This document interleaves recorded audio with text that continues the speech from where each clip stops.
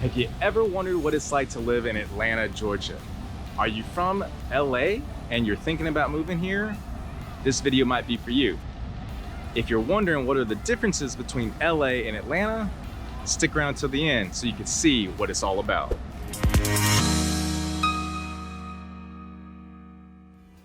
What's up, you guys? This is Tim Trevathan with Tim Trevathan Homes and Keller Williams Realty, and I'm here in the heart of downtown Atlanta. As you can see, this is Centennial Olympic Park all around me, and I want you guys to get a good glimpse as I do a vlog tour of the whole city. I'm gonna walk around a little bit on this nice Friday afternoon, sunny weather, clouds are dissipating. Just talk a little bit to you guys about why I picked Atlanta. And if you are in LA, you want to know what are the differences between your city and here. Is it worth moving here? Well, you definitely want to stick around as I talk to you guys about it. Now, just a little bit about myself. I was born in Maryland, raised in Alabama, went there from kindergarten through 12th grade.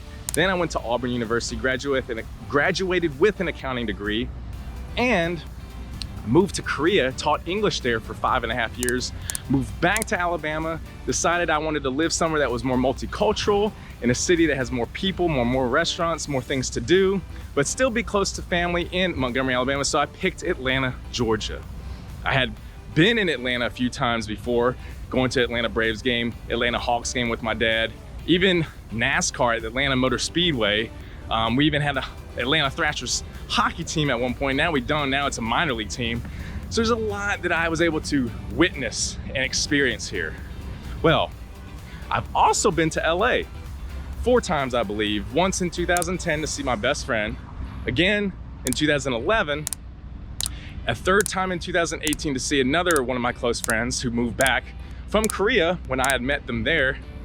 And finally, last year, 2021, I had a chance to go with my wife. Now, LA cannot be compared to when you're talking about food, diversity, and weather. Those 3 things I think are hard to beat really anywhere in America. When I went there last year, it confirmed from the previous 3 times that it truly is a diverse place with some of the best weather I've ever seen.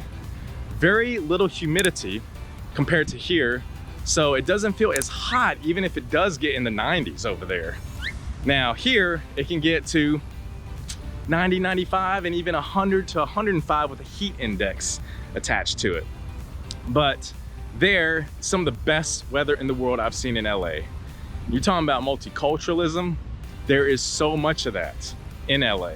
Here, I will say, we've got over 150 countries representing Atlanta. So there is a lot of multiculturalism here and a lot of good food. The one thing I will say though, and to put it in the best possible terms, one of my friends here who's Ecuadorian, he's a window contractor, and we were having coffee the other day and he was like, Tim, we have a lot of diversity here. You know, I grew up and lived in Atlanta for most of my life. I mean, I could definitely see the different cultures here, but one thing that is lacking is the infusion of cultures. There's not really an infusion of cultures, and I asked him, what does that mean? And before I answer, check it out.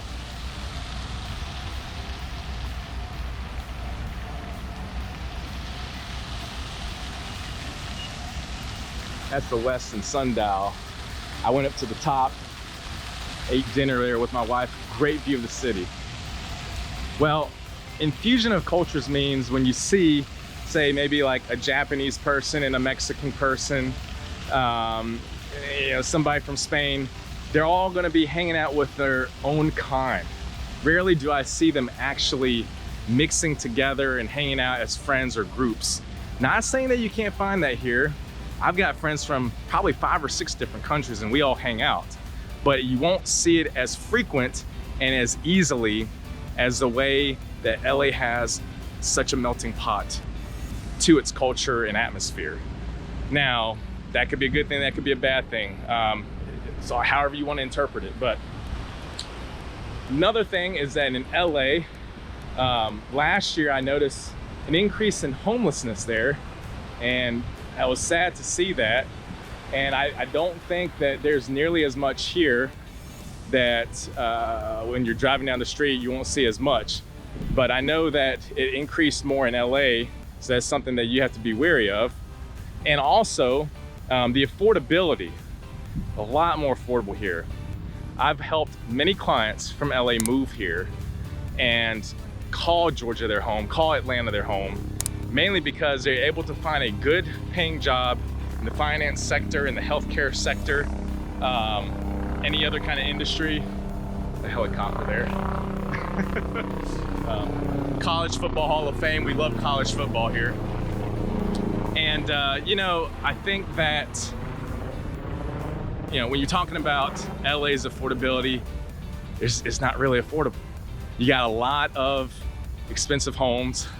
$1 million is the average price, median home price there. Here, it's maybe you're looking at about $385,000 for the median home price here. And you get a lot more for square footage. Now, maybe some will say, well, you don't have the downtown finesse and prowess and excitement and activity and vigor that LA has.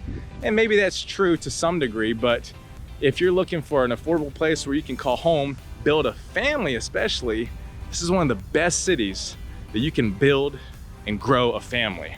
I personally live in the suburbs in Lawrenceville, which is in Gwinnett County, about 30 minutes northeast of downtown Atlanta.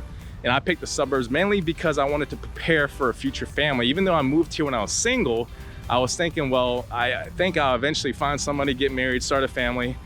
Guess what? I'm at that point. Got married 2 years ago. We're having our first child on the way. Woo! It's a boy. But it all is panning out perfectly because we're already in a good school district and a good location where we want to be with more space for single family home. But back to Atlanta and LA. LA, you've got a lot of traffic. You've got expensive homes, more homelessness, more crime in general. Here you've got more lush greenery, green landscapes and trees. You've got more affordability. You've got a lot of multiculturalism too. Maybe not as much as LA, but plenty here to be able to explore.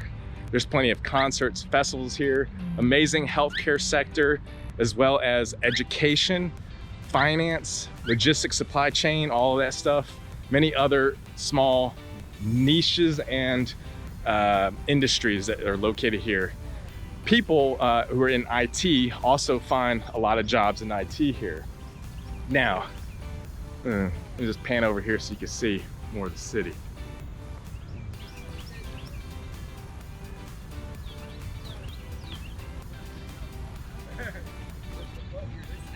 So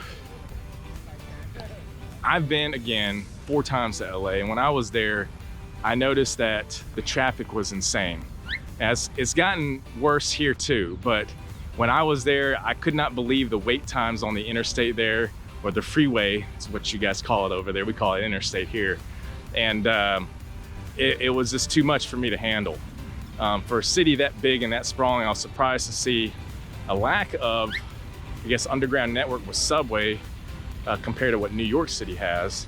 And that would be, I think, very helpful if there was more of that. And I know that you guys are trying to build that kind of thing there, but it's, you know, something that probably we needed to see in LA many years ago, as well as here.